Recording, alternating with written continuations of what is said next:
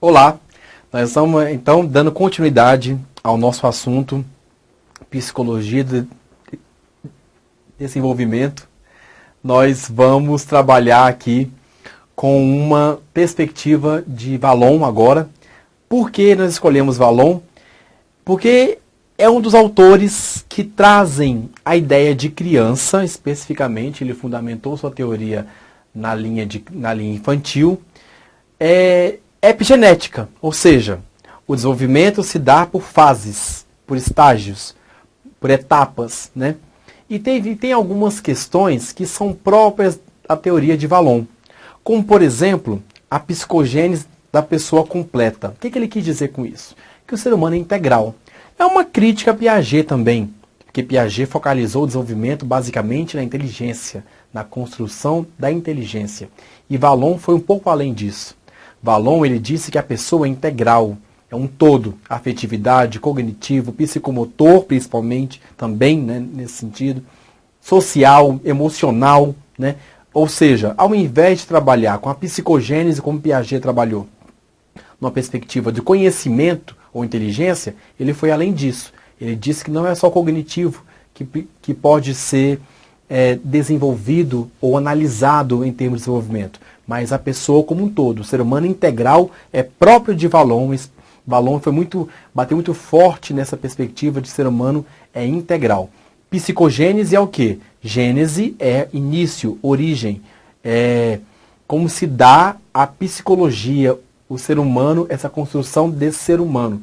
Psicogênese é um termo que Piaget utilizou bastante e que Vallon ressignificou, colocando não a psicogênese da construção do conhecimento, mas de toda a pessoa completa, o ser humano completo, inteiro.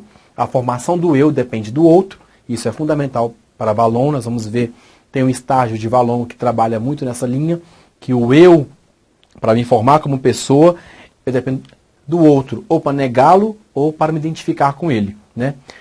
A questão biológica e social também, Vallon enfatizou bastante como sendo fundamental a união dialética entre o biológico e o social. Afetividade e emoções é fundamental. Está se falando de Vallon.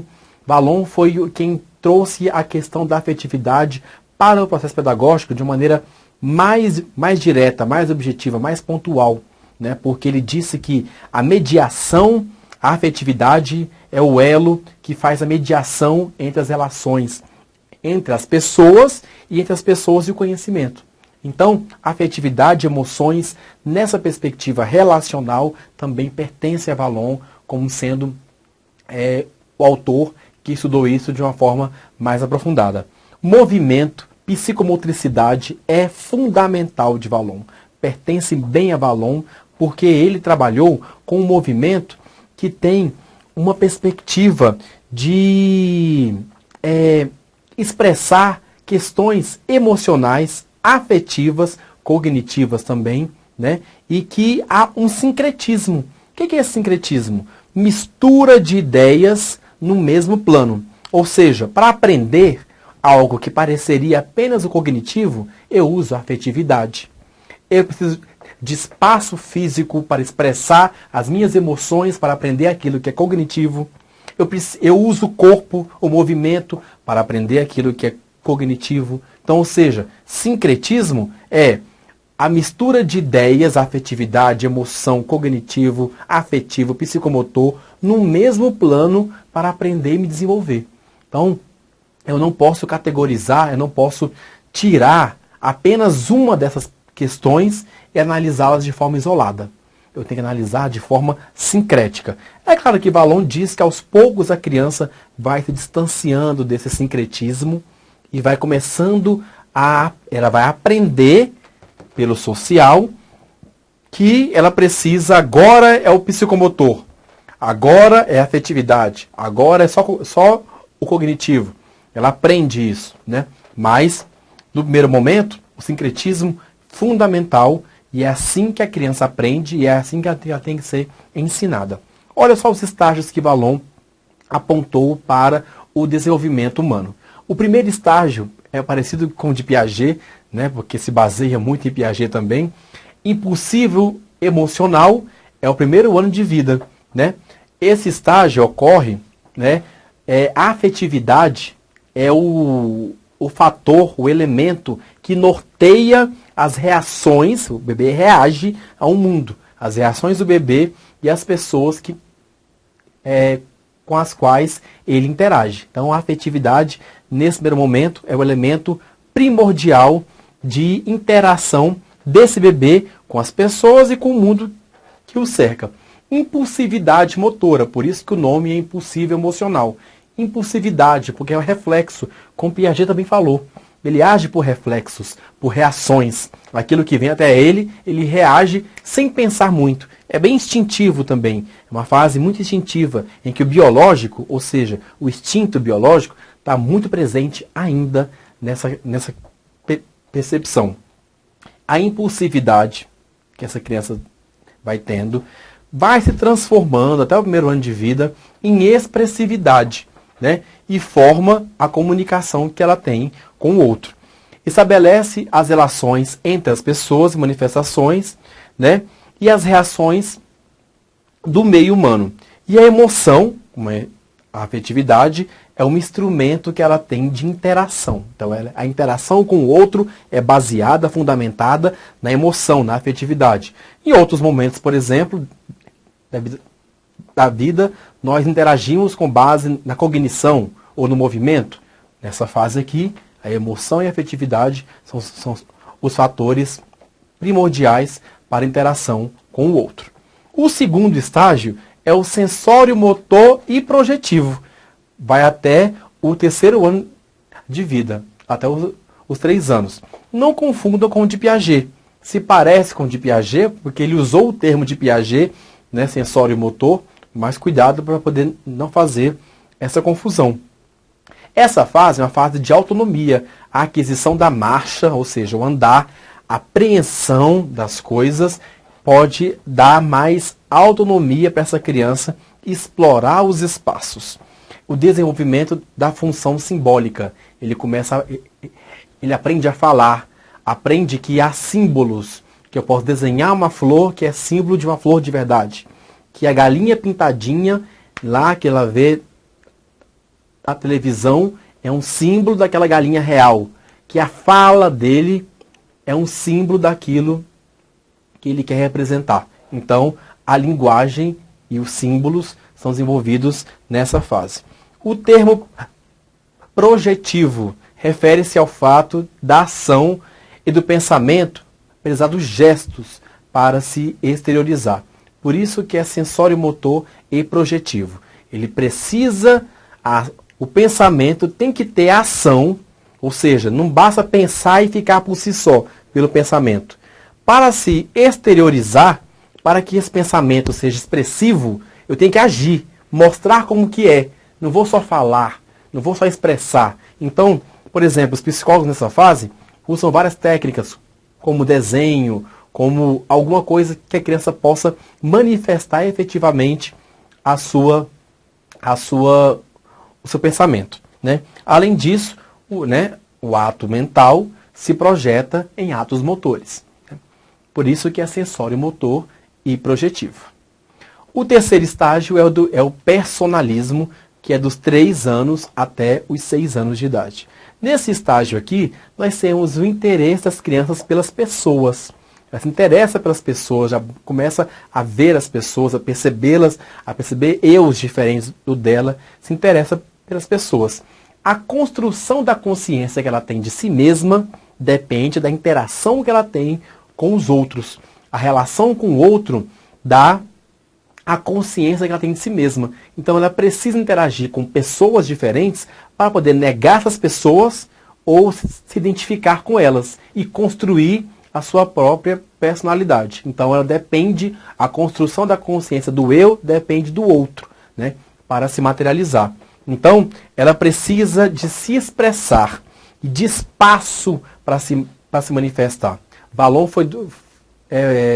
ele fez duras críticas às salas de aulas que têm carteiras fechadas, separadas, com espaço reduzido para que ela se manifeste.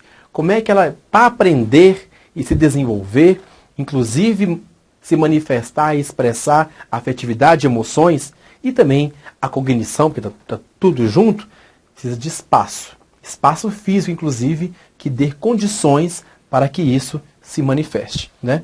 Então, a criança já se autodenomina, já fala eu, já fala mim, já tem ideia de si, tem consciência de si, personalismo, por causa da interação psíquica que ela estabelece com o outro, seja negando o outro ou seja se identificando com ele, né? E nós temos, então, nesse terceiro estágio, nós temos 3 subfases, subestágios. Temos oposição, né? A criança precisa se opor ao outro para demarcar o seu espaço e buscar a afirmação de si. Nós temos o subestágio da sedução, ela tem que ser admirada pelo tempo todo pelo outro. E o subestágio da imitação, a criança busca incorporar o outro imitando. 3 subestágios do mesmo terceiro estágio, personalismo. É a fase que a criança desenvolve a sua personalidade, sempre na relação com o outro, na oposição ao outro, na sedução do outro ou na imitação do outro, né? O quarto estágio é o estágio categorial, que é dos 6 aos 11 ou 12 anos de idade, né? É um estágio cognitivo, categorial, cognitivo, construção do real. Essas questões intelectuais dessa criança não é mais para as pessoas tão fortemente quando estavam no estágio anterior, mas agora é para as coisas, não mais para as pessoas, para o conhecimento em si, para conquistar o mundo exterior, né?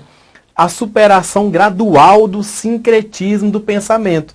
Lembra do sincretismo? Que é você misturar, você conseguir aprender e se desenvolver a partir da mistura de ideias no mesmo plano, cognitivo, afetivo, psicomotor, social, emocional, sentimentos, ações. O sincretismo, a mistura de ideias, eu tinha que usar tudo isso para poder aprender e me desenvolver. Nessa fase aqui, nessas idades, a criança começa a se libertar desse sincretismo. Ela aprende que ela tem que separar as coisas, que agora é o cognitivo que eu vou usar, agora é o corpo, é o movimento, é o psicomotor, agora é o afetivo que eu vou usar. Ela não tem mais essas questões tão juntas, misturadas, quanto tinha anteriormente, né? E a capacidade de autodisciplina mental, de ter atenção, de fazer um direcionamento da sua atenção para aquilo que é necessário. Também se desenvolve nessa fase aqui, né? A inteligência discursiva, o pensamento por pares, ela pode discutir, argumentar com os outros nessa fase. A formação de categorias intelectuais, categorização é classificação das coisas que estão ao seu redor, possibilita à criança a identificação, a análise, a definição, a classificação dos objetos ou dos acontecimentos das coisas que estão ao seu redor. E a aquisição da capacidade conceitual. Tudo essas questões todas aqui são relacionadas ao quarto estágio, o estágio categorial, que é quando ela começa a classificar as coisas, a analisar, a definir, categorizar as coisas, porque nessa fase ela se volta, o interesse se volta para as coisas, não tanto para as pessoas, como nós tínhamos na fase anterior. E no último estágio nós temos a predominância funcional. Nós temos então o estágio da adolescência, que vai dos 11 a 12 anos de idade em diante, né? É um estágio afetivo, a construção de si, né? Ocorrência de modificações fisiológicas, biológicas, é claro, impostas pelo amadurecimento sexual, a necessidade de reorganização do esquema corporal, com certeza, o esquema corporal é construído com essa criança quando pequena, quando ela tinha mais ou menos seus 0 até os 5 anos de idade, agora ela precisa se reconstruir por causa dessas questões, das mudanças que seu corpo está passando em relação à maturação sexual. Nova definição dos contornos da personalidade e envolve questões pessoais e morais, existenciais dessa criança, desse adolescente, na verdade, né, que ela passa a ter por conta da aquisição do pensamento formal. E assim, nós encerramos, então, esse assunto com a visão desses três grandes autores que trabalharam com o desenvolvimento humano. Primeiro, Erik Erikson, o segundo, Piaget, e o terceiro, Vallon, que trazem estágios para o desenvolvimento humano, né? E entende o ser humano nem pronto e acabado, como diz o inatismo, e nem uma folha branca, balde vazio, como coloca o ambientalismo, mas um ser humano em desenvolvimento constante. Tchau, até mais.